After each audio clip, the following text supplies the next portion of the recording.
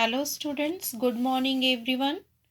So today we will discuss our third chapter's last two stanzas, that is stanza number 5 and 6. Here comes the stanza like this. Where the moon riseth not, nor sun seeks the west, there to sing their glory, which they sing at rest.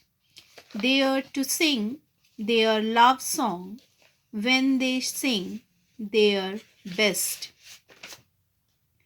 Not in any garden that mortal foot hath trod, not in any flowering tree that springs from earthly sod, but in the garden where they dwell, the paradise of God. Now, listen the paragraph's explanation.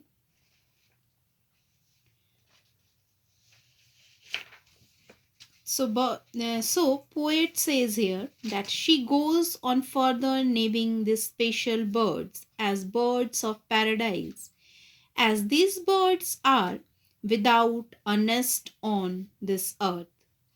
There is parallel drawn between the earthly pain and the delights of heaven or paradise. She also adds that these special and rare birds are the ones that sing where the sun does not set, and these birds sing the glory of the Lord. Even the garden where these birds sing is special, as a mortal has never walked in this garden. The garden is nothing but paradise of God, where these rare and spectacular birds sing. The poet asserts that these feathered creatures are not inhabitants of the earth that is impure and imperfect. They are actually celestial singers in God's paradise. These birds, sorry, these birds and their realm is far above the mundane and worldly plane. The flowering the flowering trees of the earth, or even the most gorgeous garden in the world, cannot be home befitting such a lovely creatures. So today we will discuss also as a homework of last three questions, question number 6, 7 and 8. So first of all, question number 6. Which word is repetitive, repetitive in stanza 4 of the poem? What kind of songs would you expect such birds to sing?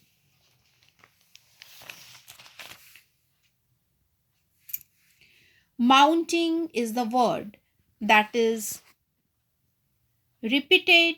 It suggests that the birds are mounting heavenward, heavenward, as that is where they belong. They would be singing songs praising the Lord, as they are birds of paradise. These magnificent birds are in no way connected with the earth, and being filled with divine love and having received divine blessings, they sing heavenly melodies. Now, question number 7. What idea is conveyed to us in the final stanza of the poem? The final stanza actually helps us to understand what the poet feels about the spectacular and beautiful birds whose majestic and fascinating songs are unmatched on this earth. Nothing the mortal eyes have perceived is so divine. The poet asserts that these feathers creatures are not inhabitant of the earth that is impure and imperfect. They are celestial singers in God's paradise. The flowering trees of the earth in the world cannot be home befitting such lovely creatures. Last question of this chapter, question number 8. How has the poet tried to establish the connection between these birds and heaven?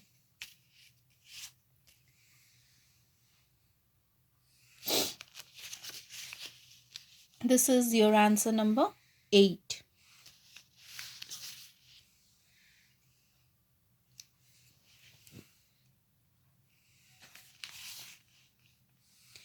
The poet is convinced that the bird of paradise are not earthly beings. She feels that in their appearance as well as in their ren- rendition songs, in their unique calls, they surpass all known birds. The spectacular display of the birds in the flight, and their original call to each other as they rise upwards makes the poet feel that theirs is a flight in one direction, heavenward, where they sing praises to the Almighty. So, one more time, I want to show you the answer number 6, 7, and 8. Answer number 6. You can observe 5 also. 7 and then 8. So note down this question answers in your fair notebook and submit to me in the WhatsApp group. So this much your syllabus is for your annual up to this chapter, chapter 3, Birds of Paradise.